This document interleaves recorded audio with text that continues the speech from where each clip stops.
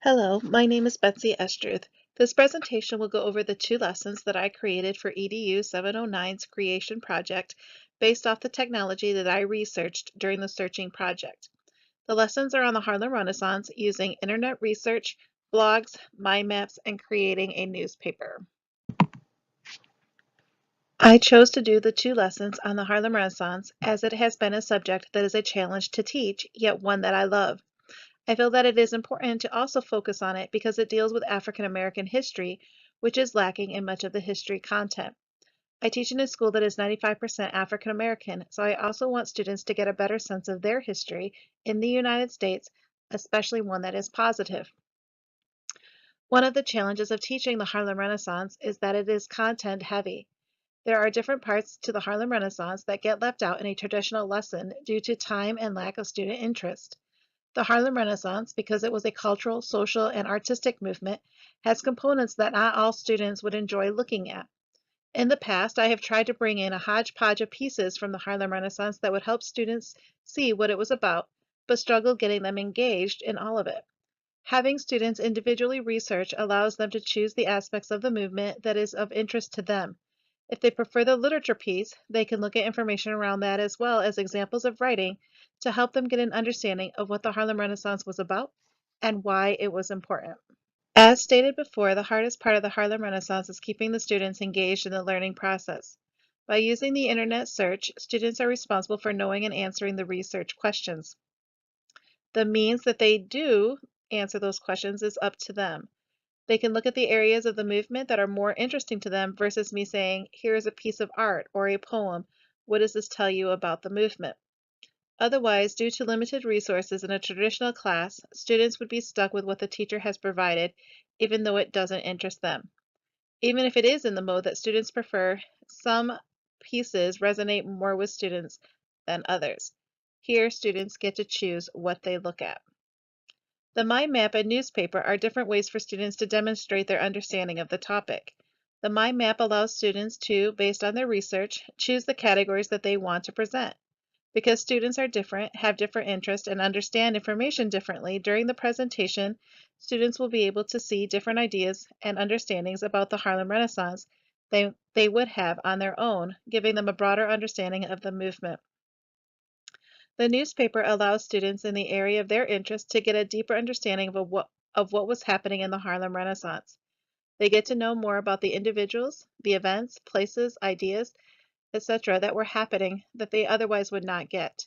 The newspaper is a fun and creative way for them to share what they learned with others.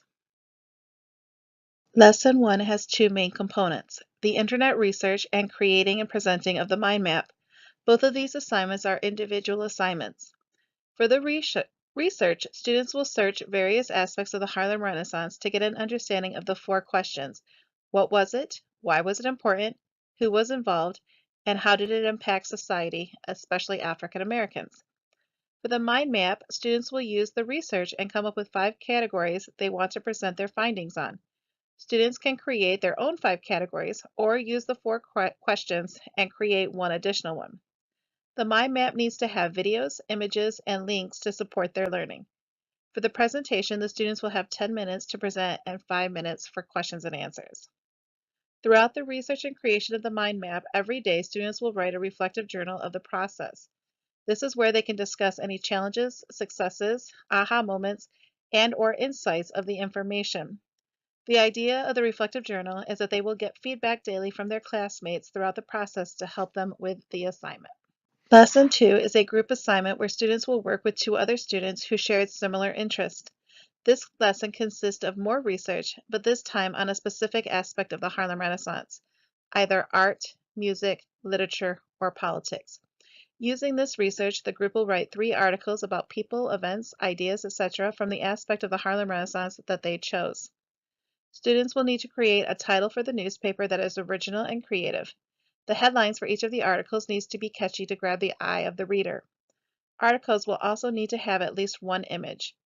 Extras that can be added are ads for products during the time period, announcements for events that were happening, etc. The technology that I used for this project was EduBlogs, Coglit, and Lucid Press. I chose EduBlogs because students can be invited and they do not have to use their email to get into the site. The site also is very private, so it protects the students. The blog will be used as a place for posting the reflective journals, comments to the journals, their mind map, and their newspaper. For the creation of the mind map, the students will use Kaggle. It is easy to use and allows them to add the requirements, the photos, the links, and the images. Also, the one reason that I chose Kaggle was it allows for the students to embed their mind map right onto the class blog. For the newspaper creation, Lucid Press will be used. Similar to Kaggle, it was the only site that I could find that allowed for the students to embed the newspaper onto the class blog. All of the other sites required the students to print it off. I also liked Lucid Press because it has lots of templates for the students to use. However, the downfall is that the one student from each group will have to use their email account to log into the site. I will go into more details of those three technologies in a second. I would like to go into more detail now of the different sites that I will be using for the technology. So this is an example of the blog page. So again, this is edublogs.org. This is my page that I created as an example for this project. So I put two posts already on here. The first one is the Harlem Renaissance Project. So this is where the students would go and log in to see a general idea of what it is that they're going to be doing and what's expected of them. The second one is where they would actually do their assignment. So each day that we are doing the research and creating the mind maps and or the newspaper for lesson 2, the students would be writing a reflective journal. And the purpose for the reflective journal is to get the students to, one, think about the learning process, but also to allow other students to give them the feedback and help that they need so that it's not always the teacher telling them how to do something.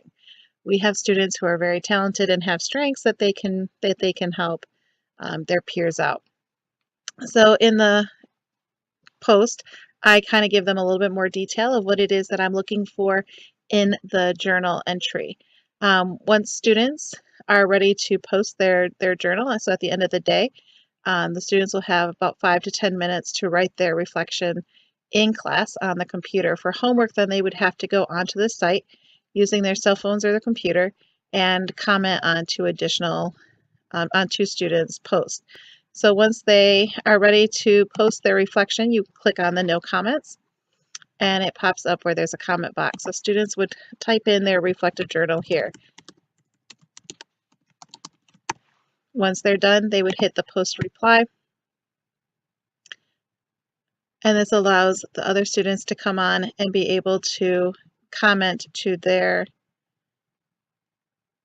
post by just going up and clicking on the reply.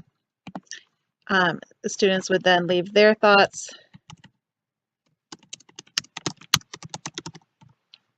and post that.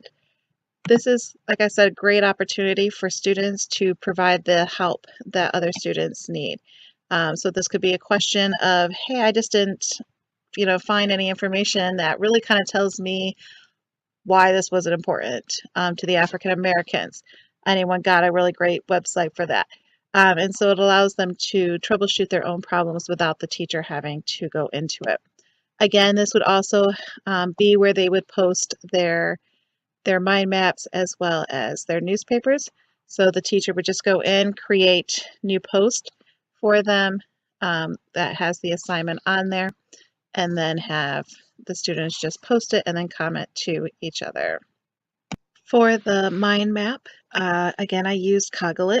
So this is my homepage for Kaggle. You can see where I have, from a previous assignment, the World War II one.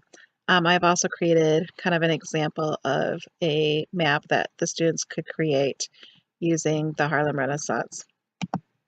One thing that I like about Kaggle is that it is easy to use. However, with the blog, with Kaggle, with Lucid Press, all of these I would demonstrate and model for the students how to use. So that was part of my creation process, was places in there to model how to present this or how to create these things. So my students would not just be like, here's Kaggle it, figure it out on your own. So this would be modeled with the students while they were at the computer as well, so that they could play around with it as I'm showing them how to do certain things as well. The one thing that I do like about the Kaggle is it does have the presentation. So when they are presenting this, it's just a click and it takes out the rest of the stuff and it just shows the mind map. But it is really easy to use. To add links, you just you click on the plus sign. If you want to change the color, you right click that plus sign and it gives you a whole bunch of things that you can do. So you can color, I change the color. So if I wanted gray, it allows you to alter the color. It also is pretty simple to add photos, videos, and other links to. So if you were to click on the box, you have your image where you can upload your image or you can create your link. And so here would be the example of the link being created. So you have the title of what it's going to be. So when I clicked off of this, what was the Harlem Renaissance would be the title, and then the URL that it's linked to. In the presentation mode, I would just be able to go in and click right on that link, and it would take me to the page that I wanted to go to. And then I would just have to back arrow it back to my site. Again, it also allows for images. The same kind of thing. You just click on the image. You upload that and it will from your computer, so you'd have to save it onto your computer and then upload it from the computer. You can also add the video recordings and recordings. So for like the musicians, this would be a great opportunity for people to be able to hear some samples of what the musicians played and just the sound and quality that they had. Once you are done, you can share the work with other people.